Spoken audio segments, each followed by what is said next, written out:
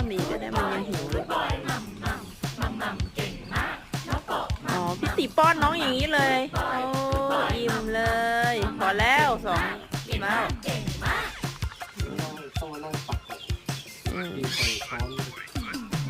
นั่นก็ของมาเฟียแล้วลูกพอละ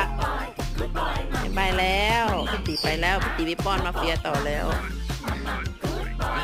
วิถีคนหิวข้าวก็ขึ้นคอนรอพี่ตีเลยนะขึ้นคอนรอพี่ตีป้อนนะช่วงเย็นกินข้าวเย็นแล้วนะคะป่าเดินเล่นต่อ